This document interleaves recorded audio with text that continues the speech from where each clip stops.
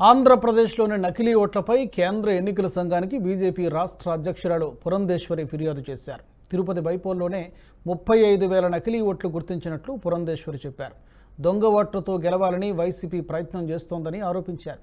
Fake ఓట్లపై కేంద్ర ఎన్నికల సంఘానికి ఫిర్యాదు చేశామన్నారు.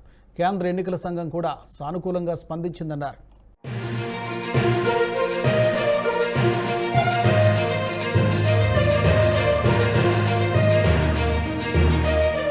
ఈ వీడియో మీకు నచ్చినట్టయితే లైక్ చేయండి, 10 మందికి షేర్ చేయండి. అలాగే కామెంట్ల రూపంలో మీ అభిప్రాయాలను మాతో పంచుకోండి. Nationalist hub group of channels ను సబ్స్క్రైబ్ చేసుకుని తెలుగునాట జాతీయవాద జర్నలిజాన్ని ప్రోత్సహించండి. ఈ వీడియో కింద ఉన్న బెల్ ఐకాన్ పై క్లిక్ చేయడం మర్చిపోవద్దు.